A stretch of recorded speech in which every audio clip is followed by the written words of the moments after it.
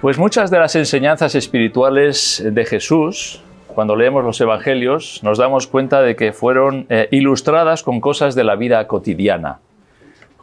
Jesús usó muchas parábolas y eran cosas que la gente sencilla, la gente humilde podía entender. Podemos ver, por ejemplo, cómo Jesús habló acerca de la oveja perdida. ¿Recordáis ese pasaje de la oveja perdida? Y era para mostrar el gozo que hay en el cielo cuando un pecador se arrepiente. Esa es la parábola de la oveja perdida. ¿Cuánto gozo hay en el cielo cuando un pecador se arrepiente? Jesús habló también del sembrador que salió a sembrar. ¿Para mostrarnos qué? Para mostrarnos los diferentes tipos de corazones en donde es sembrada la semilla del Evangelio. O habló también acerca del que edificó su casa sobre la arena, para mostrarnos la insensatez de no escuchar la palabra de Dios y obedecerla. Aquel que edificó su casa sobre la arena fue un insensato, no fue sabio. Dice, así es el que escucha estas palabras y no las hace, dice el Señor. Y así vemos a través de los evangelios cómo Jesús iba enseñando verdades espirituales a través de cosas cotidianas, sencillas, que la gente podía conocer. No vemos a Jesús enseñando a un nivel para los escribas, para los fariseos, para que ellos pudieran entender, sino a un nivel sencillo, claro, que la gente humilde y la gente del pueblo pudiera entender. Y como estas ilustraciones hay muchas más que Jesús usó para mostrar esas verdades espirituales, usando, como digo, cosas sencillas y cotidianas, cosas que las personas estaban habituadas a convivir y a ver en sus vidas. En esta mañana me gustaría compartir con vosotros algunas lecciones espirituales de un molino de viento manchego. Curioso, ¿verdad? Pues sí. Sí, sí. Estuvimos de vacaciones, pasamos por un Teruel, bajamos hacia Cuenca. Allí nos vimos un día con Bernabé, con nuestro hijo, y nos animó pues, a acercarnos a ver los molinos de la Mancha. Digo, pues nos vamos a acercar a ver los molinos de la Mancha. Entonces pasamos por Castilla-La Mancha y después ya subimos Toledo, Madrid y pa' casita. Esta fue nuestra vuelta este año. Y entonces fuimos a ver los molinos. Hay un pueblecito que, ¿cómo se llama? No sé qué de Criptana. El campo de Criptana. El campo de Criptana. Me acuerdo por Superman. Aquello de Criptana. La kriptonita. Pasamos por el campo de Criptana y qué bonito ver los molinos allí en el horizonte manchego, ¿verdad? Que se levantan en lo alto de las montañas. Y hoy son piezas de museo, ¿verdad? Pero en su día tuvieron pues una función muy importante para la sociedad, para los campesinos. Hoy se va sustituyendo por los campos eólicos. ¿Habéis visto los campos eólicos? Si pasáis por el pueblo de Antonio veréis lo que hay. Están las montañas, que pasamos por su pueblo también. Y las montañas allá arriba, lo alto de la montaña está lleno todo de molinos, de estos parques eólicos. Y un molino manchego aproximadamente medía 8 o 10 metros de altura, más o menos. Los molinos eólicos estos, ¿sabéis qué altura tienen? 25, 50. ¿Quién da más? ¿Quién da más? 80 metros de altura. Es impresionante. Nosotros los vemos desde lejos y, bueno, sí son grandes, pero 80 metros de altura. El otro día vi un vídeo de unos trabajadores que se tienen que colgar del molino para limpiarlo y tal, ¿no? Digo, impresionante, ¿no? Pero los molinos, estamos en el Molí Llorenç, no me equivoco, ¿no? Molí d'en Llorenç, aquí. Esto es un molino. No es un molino de viento manchego.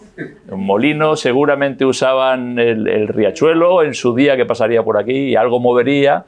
No sé aquí cómo funcionaba. En el antiguo campamento de Benecer estaba el Molí Reixac, ¿verdad? En Hostales d'en Bas. Y nosotros estuvimos viviendo allí en lo que es el molino, estuvimos 1 año y pico. Y allí estaba la piedra del molino. En la cocina levantabas una madera muy grande y allí estaba la piedra del molino y te asomabas y veías el riachuelo pasar por debajo de la casa. El molino de agua. Allí había todo un mecanismo que movía las aspas y entonces hacía girar la rueda del molino. Pero no son estos molinos, ni los eólicos ni los de agua, ¿no? Los hidráulicos serían, ¿no? Molinos, bueno. Lo he dicho bien, ¿no? sí, hidráulicos, de agua. Los molinos de viento manchego. Lecciones espirituales de un molino de viento manchego. Esto es un mensaje español. Mensaje español. Yo no sé si hay molinos de este tipo. Bueno, sí, en Holanda y también hay molinos de este tipo, ¿verdad? Pero manchego están aquí, en La Mancha. Esos molinos que Miguel de Cervantes hizo famosos con su obra Don Quijote de la Mancha. Pasamos por un sitio en un cruce, ponía Toboso. Digo, ¿de qué me suena a mí esto? Toboso, Toboso. Y oye, me costó un poquito, pero al final ya está Dulcinea del Toboso, estaba a 15 kilómetros y no fuimos a verlo. Así que nos quedamos en el campo de Criptana. Pero esos molinos que Miguel de Cervantes hizo famoso, ¿verdad? Con su obra de Don Quijote de la Mancha. Aquellos gigantes, ya lo he dicho, tienen como 8 o 10 metros de altura. Y tienen como 2 pisos, ¿vale? Tú entras en un molino, no lo pudimos ver por dentro, hacían visitas guiadas, pero teníamos que esperar media hora más y como que no teníamos ganas, hacía mucha calor, mucha calor. Pero entré en YouTube, que allí lo ves todo, y entonces vi un vídeo cómo era el molino por dentro y su funcionamiento. Digo, mira, es interesante ver cómo funciona. Entonces tienen pues esos como 2 pisos de altura y es en el piso alto de arriba donde se encuentran las grandes piedras de molino. Que por cierto, aquí tenemos una aquí en una mesa, ¿verdad? Y otra puesta allí. Si queréis ver cómo son las piedras de molino, aquí tenemos ilustraciones vivas, ¿verdad? Allí se encontraban esas grandes piedras de moler. La altura era necesaria para que las aspas pudieran tener espacio para girar, ¿no? Pudieran ser grandes y ser movidas por la acción del viento, que es lo que mueve todo el engranaje y hace que giren las piedras de moler y evidentemente pueda moler el grano, hagan la molienda. Lo que en aquellos años era un instrumento tan importante para la vida, hoy se ha convertido en museos que nos hablan de la importancia que tuvieron en aquel entonces. Y entonces hacen esas visitas turísticas, te explican el funcionamiento, cómo funciona todo y la utilidad que tenían.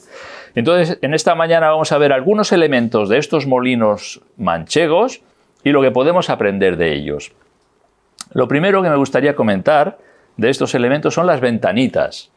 ¿Habéis visto las ventanitas que tienen los molinos? Son redondos, son circulares, ¿eh? En la parte de arriba hay unas ventanitas, pero no una, ni 2, ni 3, ni 4. Por lo menos hay 8 o 10 ventanitas.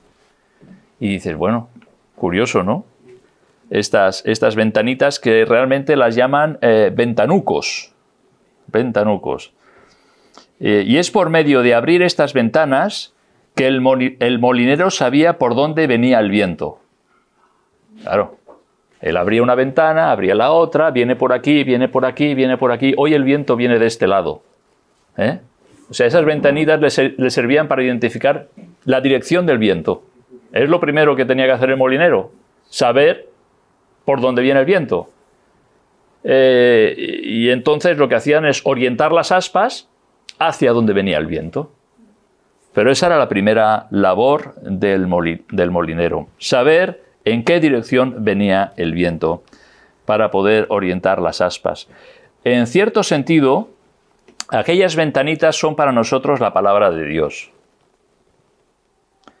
Es la que nos marca la dirección divina para nuestras vidas. Y esto es lo primero que necesitamos, saber cómo hemos de vivir. Y para ello el Señor nos ha dejado su palabra, la Biblia, ese libro único. Si todas las personas de este mundo siguieran las enseñanzas de las Escrituras, la sociedad sería muy distinta a lo que es, pero muy distinta. El problema de nuestra sociedad es que ha cerrado sus ojos, sus oídos, su corazón, su entendimiento, sus deseos, lo ha cerrado todo a la palabra de Dios. Entonces, no vivimos en una sociedad bendecida. Sí que han habido sociedades bendecidas, cuando realmente las personas se han volcado a los principios de la palabra de Dios.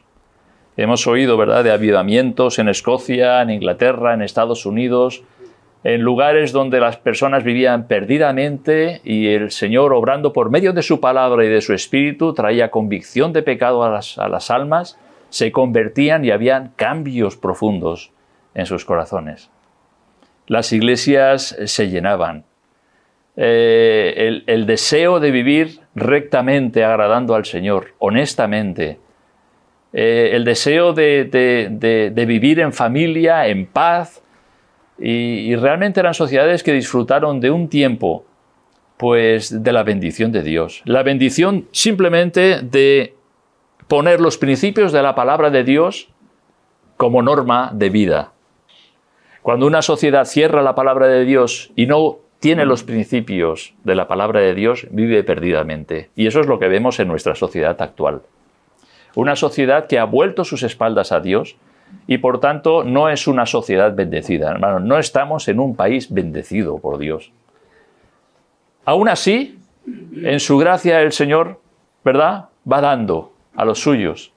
Pero la sociedad en su conjunto ha vuelto las espaldas a Dios, totalmente. La palabra de Dios es suficiente para traer una verdadera transformación al corazón del ser humano. Las Escrituras, no hace falta 27 volúmenes de una enciclopedia bíblica para que te explique. No, la palabra de Dios, este libro que tenemos aquí, es suficiente para transformar la vida de una persona. La Biblia nos habla del sabio y del necio. La Biblia nos habla del diligente y del perezoso. La Biblia nos habla del rico y del pobre. Nos da la visión correcta de la vida en todos los sentidos. Habla al impío y al creyente. Habla al padre y al hijo, a la esposa, al anciano, al niño. La palabra de Dios es suficiente para el ser humano, para saber cómo vivir en este mundo. Es tan solo este libro donde encontramos esa suficiencia para transformar vidas y sociedades, los principios de la palabra de Dios. Fijémonos en unos versículos en 1 Corintios capítulo 6, donde vemos esa transformación en la vida de aquellos que se vuelven al Señor. 1 Corintios capítulo 6, Pablo escribiendo a los Corintios, fijaros qué les dice. Versículos del 9 al 11. 1 Corintios 6, del 9 al 11. ¿No sabéis que los injustos no heredarán el reino de Dios? No erréis, ni los fornicarios, ni los idólatras, ni los adúlteros, ni los afeminados, ni los que se echan con varones, ni los ladrones, ni los avaros, ni los borrachos, ni los maldicientes, ni los estafadores heredarán el reino de Dios. Parece que está haciendo una fotografía del siglo XXI en nuestra sociedad. ¿Sí o no? Porque es que es lo que vemos aquí. Cómo el mundo se vuelve a la fornicación, idolatría, adulterio, afeminados, los homosexuales, ladrones de guante blanco y de guante negro y sin guante. De todo tipo, ¿verdad? Los avaros, borrachos, maldicientes, etc. Una fotografía de la sociedad, pero es que esa fotografía es la fotografía del corazón del ser humano sin Cristo. Y nos puede sorprender mucho estos versículos, pero el potencial del ser humano para pecar es tremendo. El ser humano tiene un potencial tremendo para pecar. Y es lo que vemos aquí. Pero fijaros ahora la gracia de Dios. En el versículo 11. Y esto erais algunos. ¿Qué les está diciendo Pablo a los corintios? A los hermanos que se habían convertido. Y esto erais algunos. ¿Qué me estás diciendo? ¿Afeminados? ¿Maldicientes? ¿Borrachos? ¿Homosexuales? Y esto erais algunos. Dice, mas ya habéis sido lavados, ya habéis sido santificados, ya habéis sido justificados en el nombre del Señor Jesús y por el Espíritu de nuestro Dios. ¿Veis el poder de la transformación de la palabra de Dios? Cómo personas que están tan metidas en el pecado son capaces de ser transformadas por medio de la obra del Señor en el corazón. Y como digo, parece una fotografía de nuestro siglo, ¿verdad? Parece que está hablando del colectivo LGTB, ¿no? LGTB, Q, I, ¿no? No sé cuántas letras. Me parece que hay 100 y pico de tipos de diferentes variedades dentro de este colectivo, ¿verdad? El problema es que la sociedad va aceptando el pecado y la Iglesia también. Bueno, ya no es tan malo. En mis tiempos de joven, cuando te decían ese afeminado, digo, uy, lo mirabas un poco raro, ¿no? O este es así. Luego pasan los años y venían mis hijos, es que este es gay. Bueno, pero es que... Y el otro también. Y el otro también. Bueno, ¿en qué sociedad estamos? Y no lo ven tan mal, ¿eh? O sea, nuestros hijos ya no lo veían tan mal esto. Ya, bueno, es lo que hay. Es la orientación que ellos toman. Yo no sé, nuestros nietos, qué es lo que verán. Porque cada vez va más, cada vez va más, cada vez más. Y el problema es que el mundo los acepta, claro. Y el problema más grande es que incluso hay iglesias que los aceptan. Con el amor de Dios tenemos que ser inclusivos. No es eso lo que el Señor quiere. El Señor lo que quiere es transformar vidas, cambiar vidas, sacar al pecador del lodo cenagoso y poner sus pies sobre la roca que es Cristo. Y además, ¿qué es lo que quiere? Lavarle. Como dice aquí, ya habéis sido lavados, ya habéis sido santificados, ya habéis sido justificados. Esa es la obra de Dios por medio de su Espíritu y de su palabra en el corazón del ser humano. Así que la palabra de Dios es suficiente para transformar el corazón y la vida de una persona. Dios lo hizo con los corintios y lo ha hecho con nosotros. Quizás no estábamos en esa lista tan escandalosa, pero también el Señor nos ha sacado del pecado. Y el Señor nos ha, dice, limpiado. Y nunca debemos olvidar esa realidad de que hemos sido lavados por medio del sacrificio del Señor Jesucristo. El Señor nos ha lavado. Dios no puede tener comunión con el pecado. Dios no puede abrazar a un pecador si ese pecador realmente no se arrepiente de sus pecados. El Señor necesita lavarnos y usa el sacrificio, la sangre vertida del Señor Jesucristo, como leemos en Primera de Juan, ¿verdad? La cual nos limpia de todo pecado. Ya habéis sido santificados, habéis sido puestos aparte, o sea, nos ha sacado de un lugar para colocarnos en otro. No es que nos ha dejado allí, nos ha lavado y nos deja allí, ¿eh? Es como si tú coges un cerdo de una pocilga, lo sacas, lo lavas y lo vuelves a meter en la pocilga. Poco va a durar, ¿verdad? No, el Señor te saca de la pocilga de este mundo. Te pone aparte, te pone en otro lugar. Has sido lavado, ya has sido sacado de allí. Has sido separado para Dios. Y por tanto no debemos de imitar al mundo. Dice, y hemos sido justificados. Y esto es, hemos sido declarados justos. La justicia de Cristo nos ha sido imputada, colocada sobre nosotros como si fuera nuestra. Y esto es algo que, por más que lo medites, no deja de maravillarte. ¿Cómo es que la justicia del Señor Jesucristo, quien fue santo, inocente, sin mancha, apartado de los pecadores y hecho más sublime que los cielos, ha sido colocada sobre mí? ¿Cómo es posible que Dios me vea a mí justo a través del Señor Jesucristo?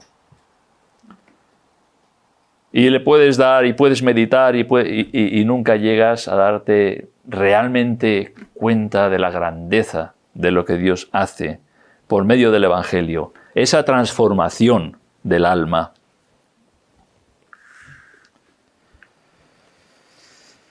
El Señor usa su palabra. ¿Qué es lo que nos decía nuestro hermano Antonio la semana pasada, ¿verdad? Cuando hablaba de la espada del Espíritu. Nos decía que la palabra de Dios es infalible, es pura, es cierta, es completa, es autoritaria, es suficiente, es efectiva, es indestructible. Así es la palabra de Dios. Un molinero que no abre las ventanas para buscar la dirección del viento es un negligente, necio e insensato. Voy a moler y no abre las ventanas. Igual las aspas ni se mueven. De la misma manera, un creyente que no busca en la palabra de Dios la dirección divina no va a producir un fruto que sea provechoso para la gloria de Dios. Satanás lo que quiere es que las ventanas de tu molino, de tu vida, estén cerradas. A Satanás no le interesa que abra las ventanas para ver cuál es la dirección del Señor por medio de su palabra. A él le interesa que tú tengas las ventanas cerradas. Abre una y cierra y no solo eso, sino que Satanás tiene su propio viento. Ay, también tiene su propio viento. En Efesios 4:14 dice, para que ya no seáis niños fluctuantes, llevados por doquiera de todo viento de doctrina. O sea que Satanás tiene su propio viento, el viento del engaño. Nos habla, dice, por estratagema de hombres que para engañar emplean con astucia las artimañas del error. Tiene su propio viento. En contraste tenemos la palabra de Dios, como el Señor dijo a los colosenses, en Colosenses 3:16, la palabra de Cristo more en abundancia en vuestros corazones, enseñándoos y exhortándoos unos a otros en toda sabiduría, cantando con gracia en vuestros corazones al Señor, con salmos, himnos y cánticos espirituales. La palabra de Cristo more en abundancia en vosotros. Para que la palabra de Cristo more en abundancia en nosotros, debimos de abrir las ventanas del molino. Tenemos que abrir las ventanas de nuestro corazón, buscando la dirección del Señor. Y entonces podremos, como dice aquí, compartir con los demás, enseñándonos y exhortándonos unos a otros.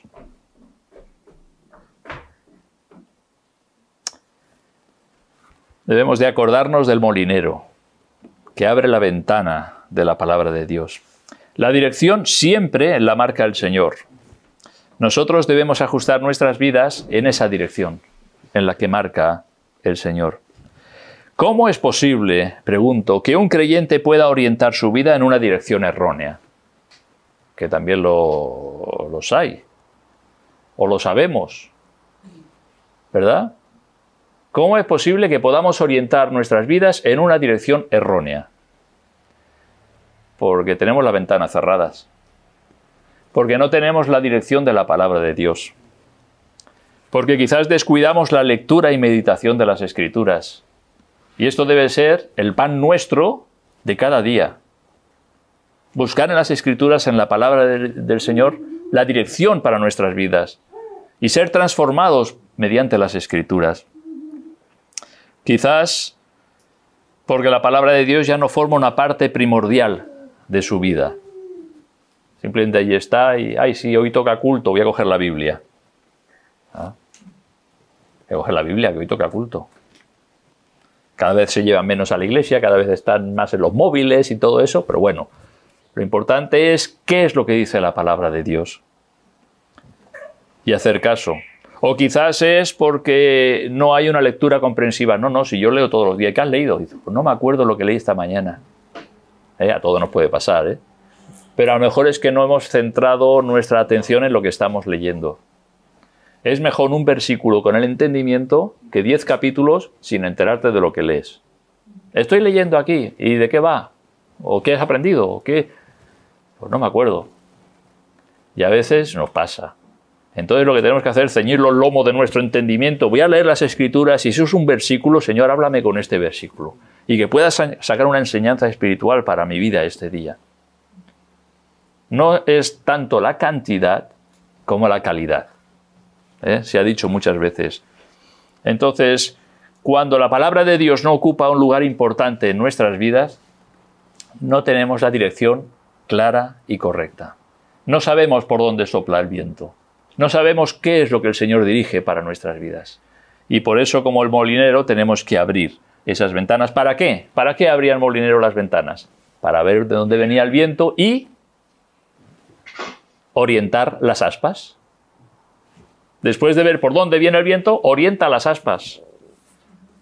Los molinos manchegos tienen, lo sabéis, lo habéis visto, 4 grandes aspas. Una estructura grande de madera. En esas aspas se colocaban tela, como si fuera la tela de un barco de vela. Se pone tela y el viento, con la resistencia de la tela, pues hacía que las aspas fueran girando y eso movía todo el mecanismo que hay dentro del molino.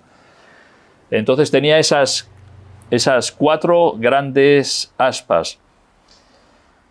Y justo en la parte de atrás, en la parte opuesta de las aspas, ¿os habéis fijado qué es lo que hay en los molinos manchegos? Justo en la parte de atrás. ¿Qué hay? Contrapeso. ¿Qué hay, Casimiro? Una cuerda con algo. ¿Qué más? ¿Qué más?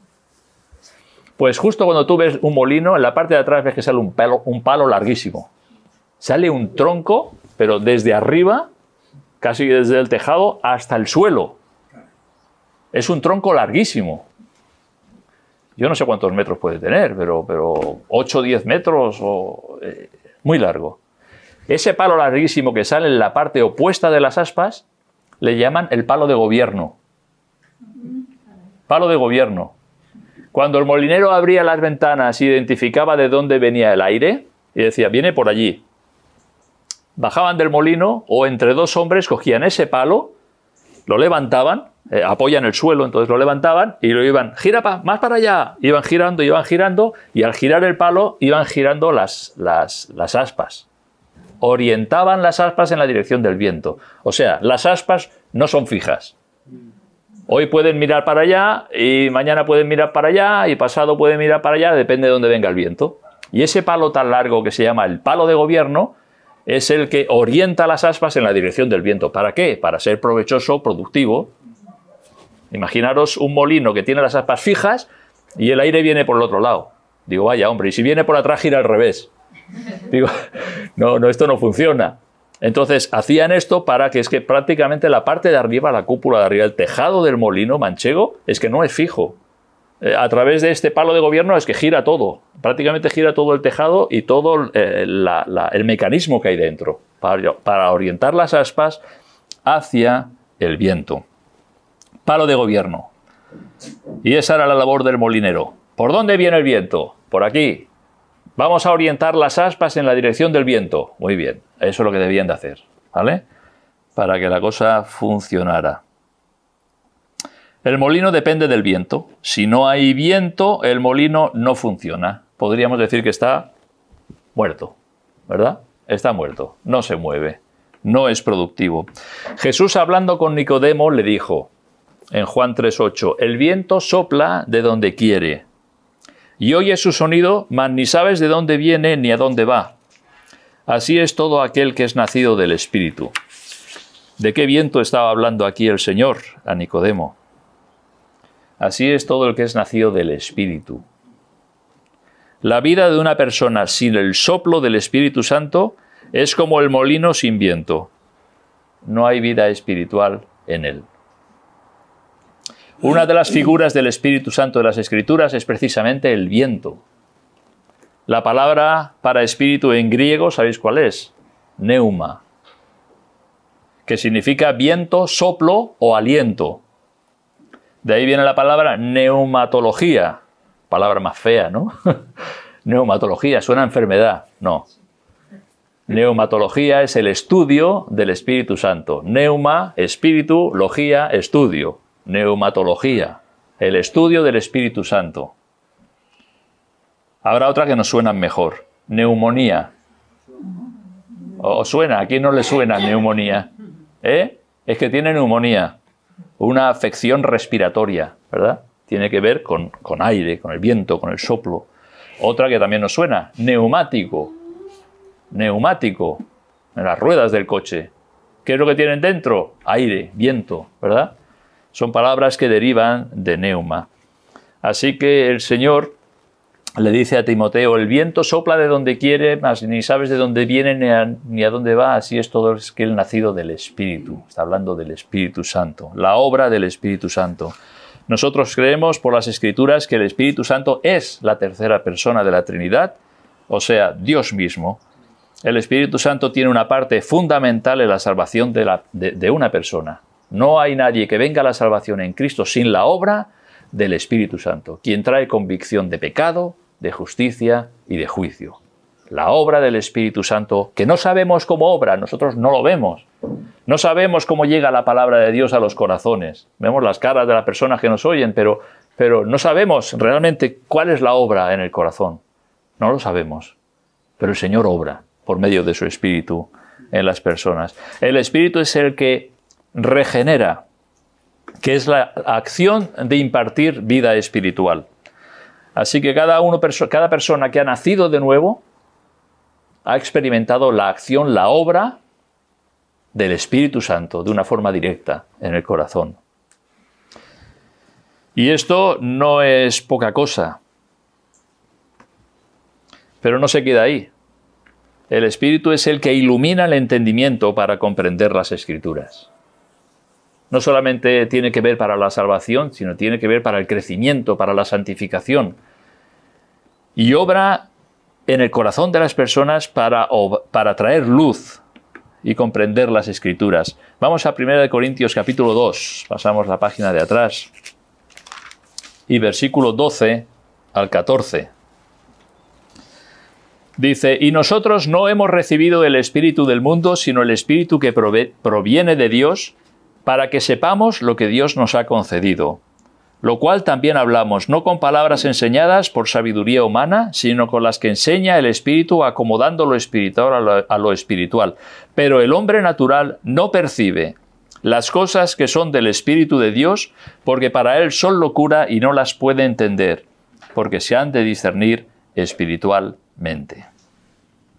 La obra del Espíritu Santo trayendo luz al corazón de aquel que ha nacido de nuevo. O sea que la obra del Espíritu no acaba en la conversión de una persona. Cuando una persona se arrepiente de sus pecados y cree en el Señor Jesucristo, no es el final de la obra del Espíritu Santo. Es el principio. Es el principio de la obra del Espíritu Santo. Es cuando el creyente es sellado con el Espíritu Santo y a partir de ahí el Espíritu Santo acompaña al creyente hasta que estemos en la ciudad celestial.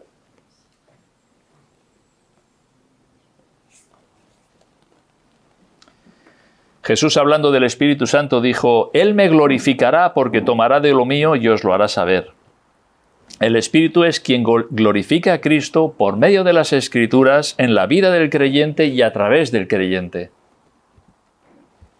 Y tenemos la exhortación de Pablo a los Efesios también. No os embriaguéis con vino en lo cual hay disolución, antes bien, sed llenos.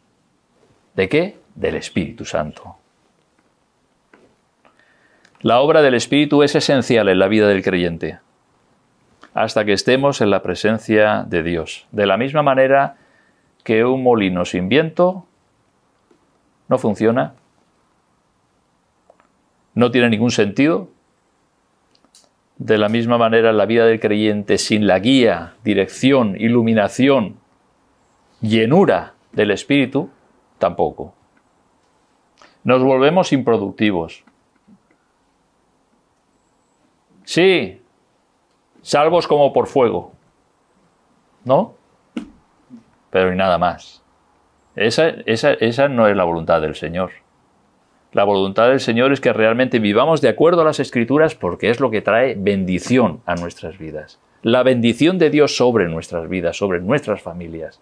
La obediencia a la palabra de Dios. Abrir las ventanas y ver por dónde el Señor nos guía. Orientar nuestras aspas con el palo de gobierno, que ahora veremos lo que es, y que realmente podamos recibir ese soplo del Espíritu Santo, guiando nuestras vidas de acuerdo a la voluntad de Dios. Esto es lo que hacía el molinero, ¿verdad? Lo estamos viendo a través de esta ilustración. Y esto es lo que el creyente que ha entendido la voluntad hace. Pone su vida a disposición del Espíritu Santo, para ser como un instrumento que el Espíritu Santo pueda usar. Nunca hay contradicción entre las Escrituras y el Espíritu Santo. Nunca. El Espíritu y la palabra de Dios siempre obran y dirigen en la misma dirección. Dios no es un Dios de confusión, es un Dios de orden. Nunca hay contradicción. Dios nunca irá contra su palabra. La palabra de Dios va a dirigir nuestras vidas de tal forma que busquemos la vida llena del Espíritu y el Espíritu nos llevará a la obediencia a las Escrituras. ¿Os dais cuenta? ¿Os dais cuenta cómo se complementan el uno al otro? La palabra de Dios va a dirigir nuestras vidas de tal forma que busquemos la vida llena del Espíritu Santo. Y el Espíritu Santo nos va a llevar a la obediencia a las Escrituras. Ahí trabajan en nuestras vidas la palabra de Dios y el Espíritu de Dios. El palo de gobierno, otro elemento que ya he comentado algo. Lo que usa el molinero para orientar las aspas en la dirección del viento. El palo de gobierno en la vida del creyente es la voluntad individual. Palo de gobierno, gobierna, es la voluntad individual. La voluntad es una de las características de la personalidad. Todo ser humano ha sido creado con sentimientos, voluntad, intelecto y conciencia. Esa es la imagen de Dios en el ser humano.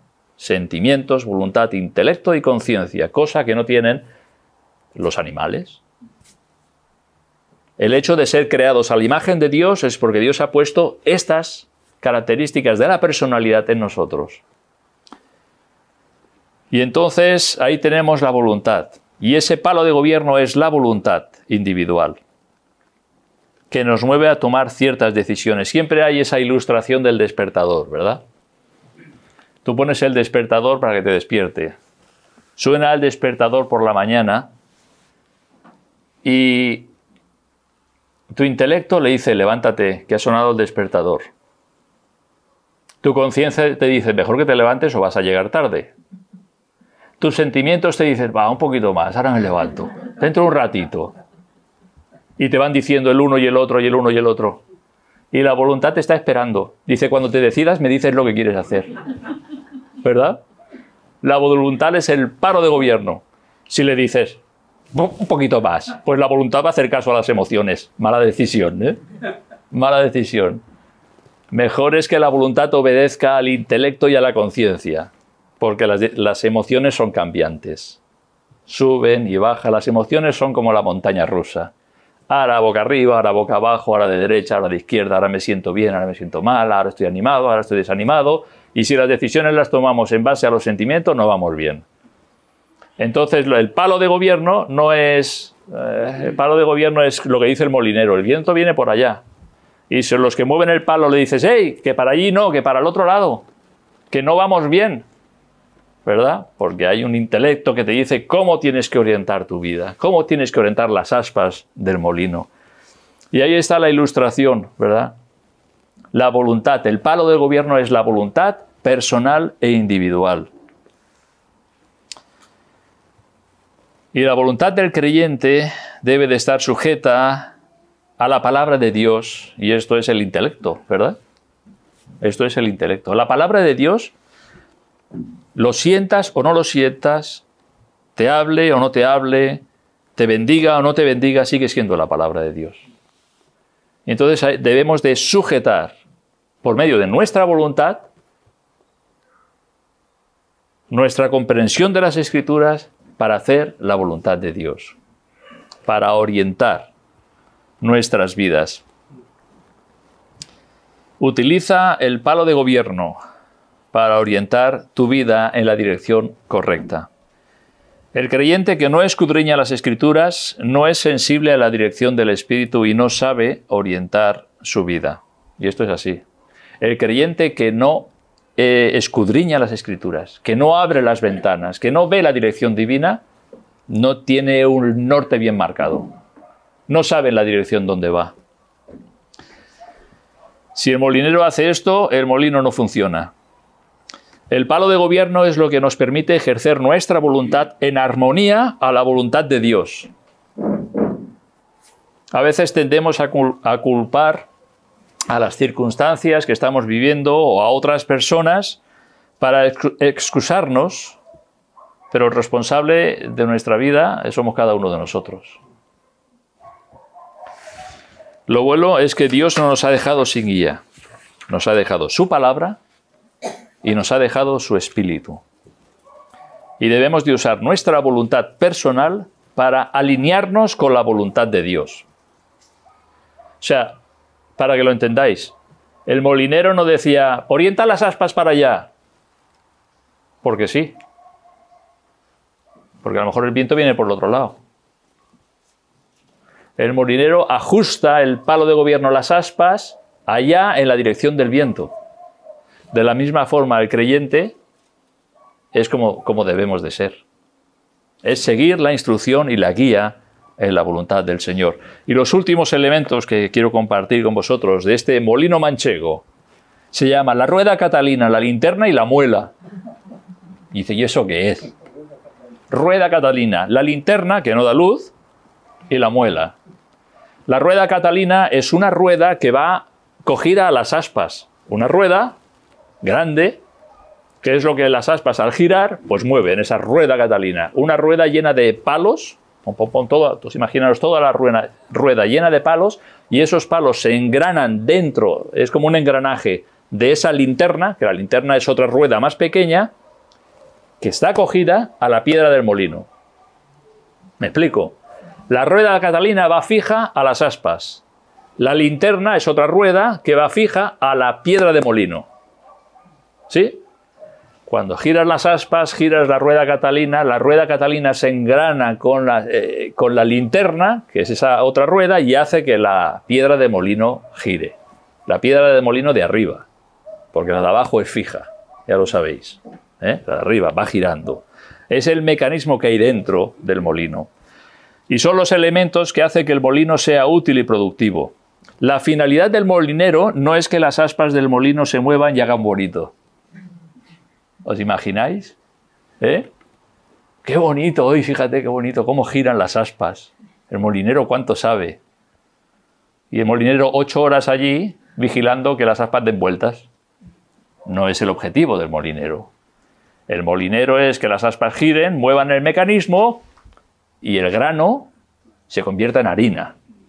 Haga su trabajo, triture, sea efectivo, sea productivo. Que vengan los campesinos con sus sacos de trigo, de cebada, los pongan allí, aquello gire, metan los sacos y vaya saliendo la harina, ¿verdad? Más triturada si es para consumo humano, dicen, menos triturada si es para consumo animal, y sea productivo. Ese es el objetivo. La finalidad es que de esas aspas muevan la piedra de molino y den fruto. De la misma manera, la vida de un cristiano tiene el mismo fin, dar fruto.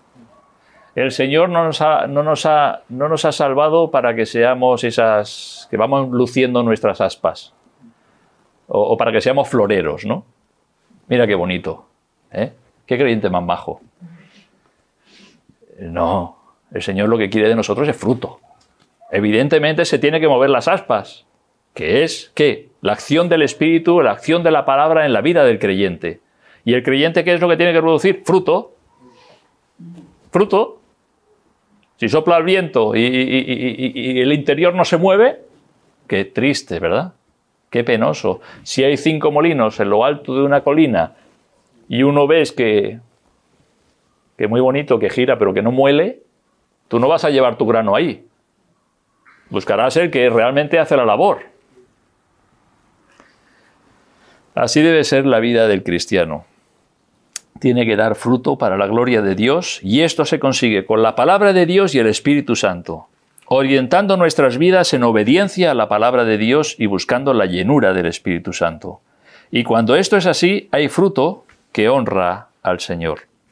A veces cuando hablamos de fruto pensamos en fruto, ¿no? Aquello de, pues fíjate, conversiones de almas, le di testimonio y se convirtió, o le invité, vino a la iglesia, escuchó el Evangelio y se convirtió, y hablamos de ese fruto así tan visible, que bien, es fruto, pero hay otro fruto que quizás no es tan visible, pero también da gloria a Dios. Porque a fin de cuentas la salvación sabéis que es una obra espiritual, que hace el Espíritu Santo en el corazón. Nosotros damos el mensaje del Evangelio, pero no podemos doblegar el corazón de las personas. Eso es una obra espiritual, que no sabemos, el viento sopla de donde quiere y hace, ¿verdad? Y oye su sonido, pero es el Señor el que sabe cómo obra en el corazón. Hay otro fruto que no es quizás tan visible, pero que también da gloria a Dios. Y este fruto es la obra de la palabra de Dios y del Espíritu Santo en nuestras vidas para hacernos más a la imagen de Cristo. Eso es fruto. Fruto espiritual es la acción de la palabra de Dios y del Espíritu Santo en nuestras vidas. ¿Haciendo qué? Transformándonos. Transformándonos. El Señor nos ha lavado, nos ha santificado, nos ha justificado ¿verdad? Y trae esa santificación en nuestras vidas. Vamos a ver unos versículos ya para ir concluyendo. En Marcos capítulo 9, Marcos 9, del 33 al 35. Marcos 9, del 33 al 35.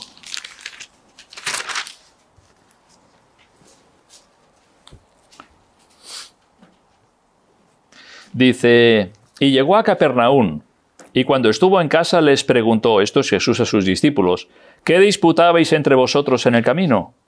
Mas ellos callaron. Esto es gracioso, ¿no? Es como cuando un padre le pregunta a su hijo, ¿qué es lo que has hecho? Y se queda callado, ¿verdad? Dice, algo que no está bien has hecho, ¿no? Dice, ¿qué disputabais en el camino? Mas ellos callaron. Porque en el camino habían disputado entre sí quién había de ser el mayor. Entonces él se sentó y llamó a los 12 y les dijo, si alguno quiere ser mi discípulo será el postrero de todos y el servidor de todos.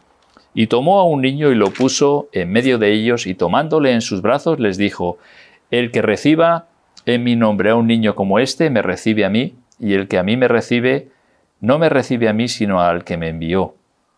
Y en el versículo también, capítulo 10, versículos 42 y 45. Mas Jesús, llamándolos, les dijo, ¿sabéis que los que son tenidos por gobernantes de las naciones se enseñorean de ellas, y sus grandes ejercen sobre ellas potestad? Pero no será así entre vosotros, sino el que quiera hacerse grande entre vosotros será vuestro servidor, y el que de vosotros quiera ser el primero será siervo de todos. Porque el Hijo del Hombre no vino para ser servido, sino para servir, y para dar su vida en rescate por mucho. Un fruto de un carácter humilde y de servicio. Eso es lo que el Señor estaba obrando en el corazón de los discípulos. Un fruto de carácter humilde y de servicio. En el capítulo 18 de Mateo, también vemos un versículo allí, Mateo 18, y versículo 21 y 22. Mateo 18, 21 y 22.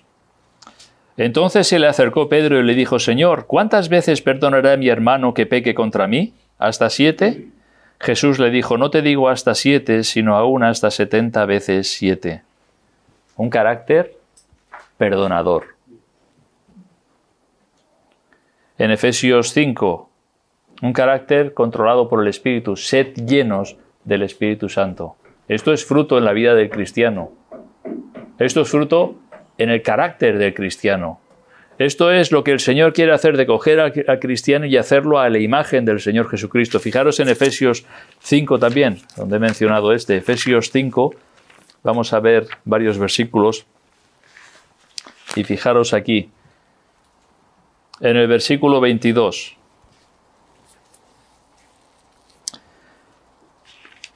Dice, las casadas estén sujetas a sus propios maridos como al Señor.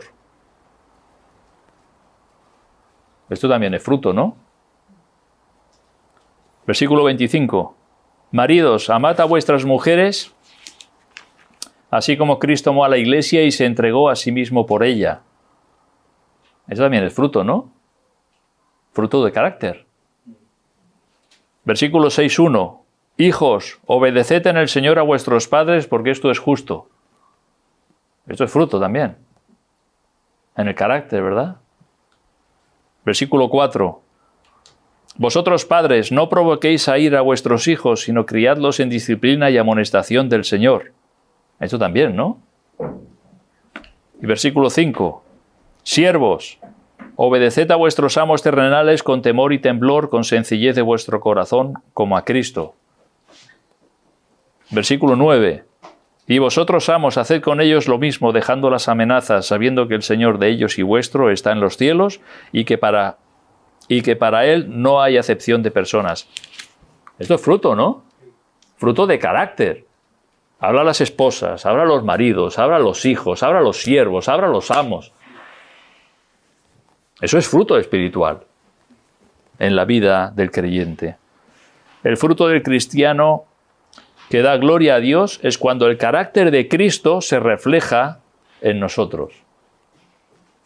Todo el engranaje del molino esos tres elementos que he mencionado, la rueda catalina, la linterna y la piedra de moler, están dentro del molino, desde fuera no se ven. Tú desde fuera ves lo bonito de las aspas dando vueltas. Está dentro del corazón, ¿verdad? De la misma forma, así es como ha de obrar la palabra de Dios y el Espíritu de Dios en nuestro interior. No es buscar una transformación de que bueno, ahora tengo otra apariencia más agradable o más... No, es algo interior. Eso de la apariencia agradable ya lo tenían los fariseos. Sepulcros blanqueados, les dijo el Señor. Porque el Señor estaba mirando dentro, ¿verdad? ¿Qué es lo que había dentro? Huesos de muertos. Entonces es esa obra de Dios por medio de su Espíritu y por medio de su palabra en el corazón del creyente, trayendo una transformación de vida, de carácter, para hacernos más a la imagen de Jesús. Lo que sale del molino es harina. En el piso de arriba van metiendo los sacos con el grano, el aire, hace que se mueva el mecanismo, el engranaje, va moliendo y va saliendo sacos de harina. Entra grano, sale harina, ¿verdad? Y la harina se la llevan y es útil y provechosa para hacer pan, para cocinar, para alimentarse. Así debe de ser la vida del cristiano. Que de nuestra vida, de nuestro molino, salga una vida de servicio a los demás y de testimonio del Evangelio. Salga esa harina que es de provecho para los demás.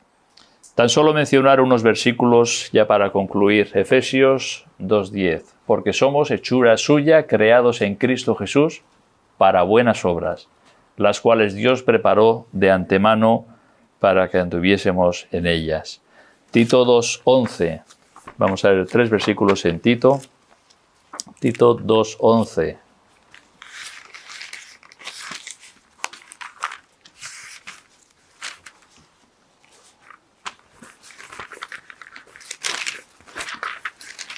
Nos dice: porque la gracia de Dios se ha manifestado para salvación a todos los hombres, versículo 12, enseñándonos que, renunciando a la impiedad y a los deseos mundanos, vivamos en este siglo como sobria, justa y piadosamente. ¿Eso qué es? Es fruto de santidad en la vida del creyente. Versículo 14, quien se dio a sí mismo por nosotros para redimirnos de toda iniquidad y ¿qué? Y purificar para sí un pueblo propio, celoso de buenas obras. Eso es fruto en la vida del creyente.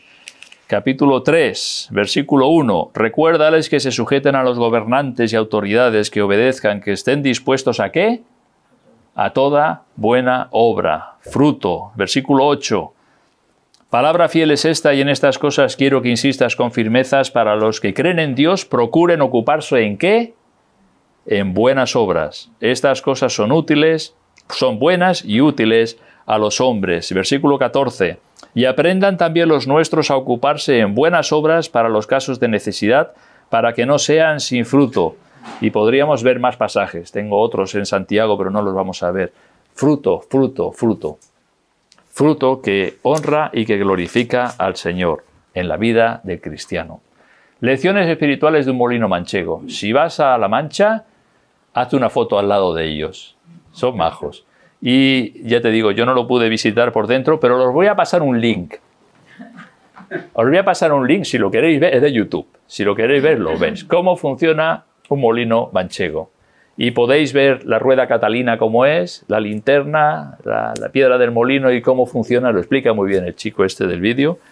Y para que podáis ver un poco esas enseñanzas espirituales a través de algo que hoy son piezas de museo, pero que todavía se conservan ahí en pie en La Mancha. Ya lo sabéis, lo he dicho, ¿verdad? Los campos de Criptana. Y si vais a Consuegra, también. No, la suegra no. A Consuegra también hay molinos y por aquella zona hay interesantes lecciones espirituales que podemos aprender. Y espero que pues con esta ilustración nos ayude a recordar, ¿verdad?, estas enseñanzas de la palabra de Dios. Oramos y, hermano Antonio, nos despides, ¿vale? Señor, te damos muchas gracias por este tiempo de abrir las Escrituras y meditar en ellas. Y oramos, Señor, es nuestro deseo que seamos creyentes, pues útiles en tus manos, Señor, creyentes en los que tú puedas obrar por medio de tu palabra, por medio de tu Espíritu.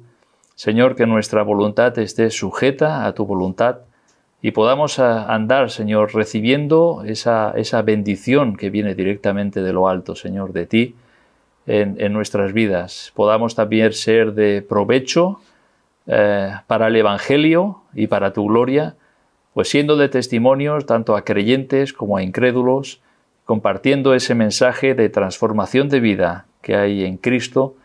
Y Señor, qué milagro puedes tú hacer en el corazón de personas tan metidas, tan en lo hondo del pecado, cómo puedes sacarlos, Señor, y puedes hacer esa obra de gracia, de esa limpieza, de esa santificación, de esa justificación. Te damos gracias, Señor, por haberlo hecho en nosotros, y nuestro deseo es que seamos creyentes productivos, que realmente te servimos a ti con nuestros corazones y que damos fruto para tu gloria, no para la nuestra. A ti nos encomendamos ahora y te damos gracias en el nombre del Señor Jesús.